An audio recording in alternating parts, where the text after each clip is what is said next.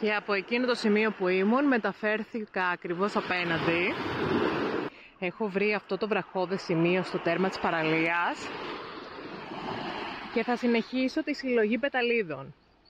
Είναι πάρα πολύ σημαντικό να ξέρετε ότι έχει ψηφιστεί μια νομοθεσία η οποία λέει πως απαγορεύεται η συλλογή πεταλίδων κάτω των 3 εκατοστών, οπότε θα πρέπει να είστε πάρα πολύ προσεκτικοί. Όπως βλέπετε εδώ πέρα πάλι καμουφλάρονται, έχουν πάρει το χρώμα του βράχου. Για να δούμε και από κάτω. Στην άλλη πλευρά οι πεταλίδες ήταν μαύρες. Υποψιάζομαι ότι αυτές θα έχουν λευκό χρώμα και όμως έχουν λευκό χρώμα. Ναι, είναι ξανθές. Γιατί είναι ξανθό το πέτρωμα εδώ πέρα. Ενώ πίσω από τα βράχια οι πεταλίδες, αν θυμάστε, ήταν σκούρες. Λόγω του ότι τα βράχια είχαν σκούρο χρώμα. Κοιτάξτε πόσες πολλές έχω μαζέψει. Για πάμε να συνεχίσουμε, να δούμε. Καλά, έχει καταπληκτική μέρα σήμερα. Καταπληκτική μέρα. Κοίτα να δεις πως κρύβονται. Κοίτα εδώ, σαν πετρούλες είναι. Για να δούμε, είναι αυτό? Είναι ή δεν είναι? Αυτό είναι? Είναι. Ναι, είναι. Κοίτα να δεις. Πόσο διαφορετικές είναι εδώ οι πεταλίδες. Ίδιο μέρος και διαφορετική απόχρωση. Α, και εδώ. Και εδώ βρήκα μια πάρα πολύ μεγάλη. Εδώ πέρα, τέλεια. Τέλεια.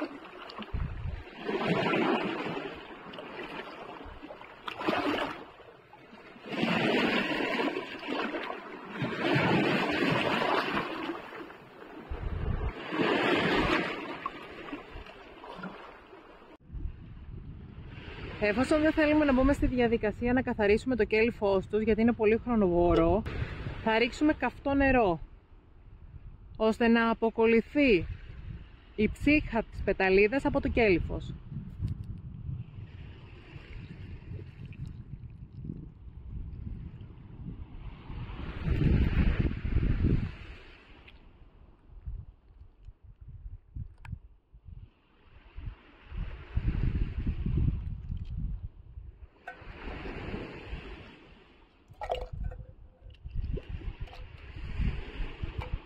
Τις αφήνουμε για λίγο. Αυτή νομίζω, μία είναι έτοιμη. Ωραία. Έχουμε ένα καθαρό μπολ δίπλα, ώστε να βάλουμε τις έτοιμες. Αυτά τα κέλυφη τα πετάμε στην παραλία. Είναι κοχύλια, δεν πειράζει. Αυτή είναι έτοιμη.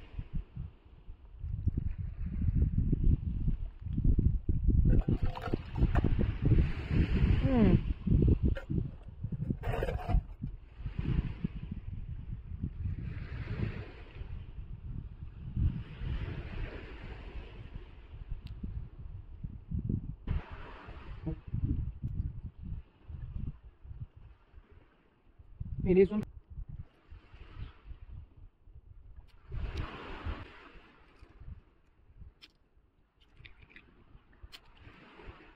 Ένας άλλος τρόπος μαγειρέματος, ή μπορείτε να το φάτε σαν μεζέ, είναι εφόσον έχει αποκολληθεί από το κέλυφος, το αφήνετε την ψύχα της πεταλίδας πάνω στο κέλυφος, ρίχνετε λεμόνι και το τρώτε έτσι. Είναι καταπληκτικό με ουζάκι.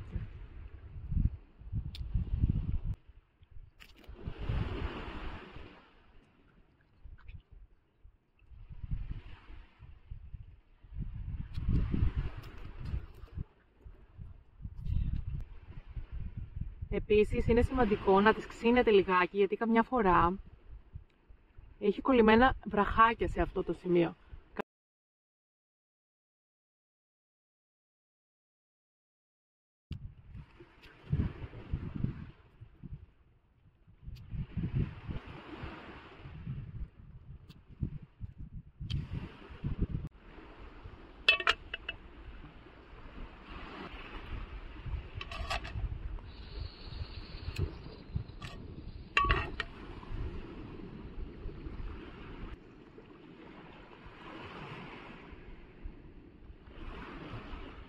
έξτρα παρθένο.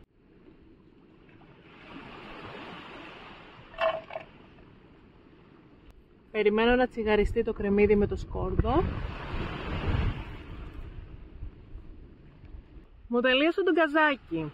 Μάλιστα. Αλλά επειδή η φύση ποτέ δεν μας εγκαταλείπει, θα μαζέψουμε ξυλάκια και θα φτιάξουμε μία φωτιά για να ολοκληρώσουμε τη συνταγή μας πάρα πολύ προσεκτικά.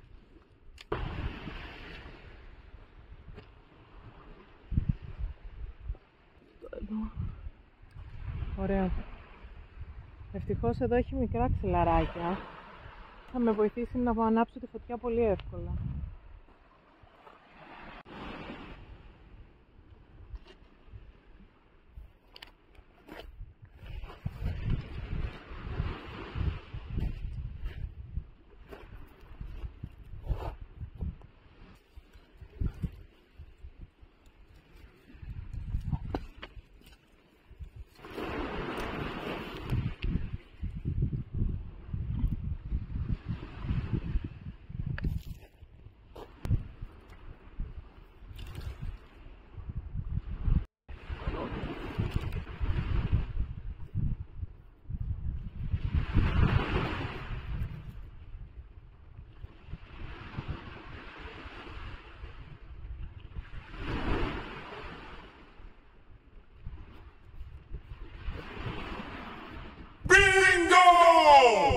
Δεν το πιστεύω. Άναψε με την πρώτη. Amazing. Βρήκα και αυτό εδώ το πλαστικό. Θα βοηθήσει λίγο. Περισσότερο.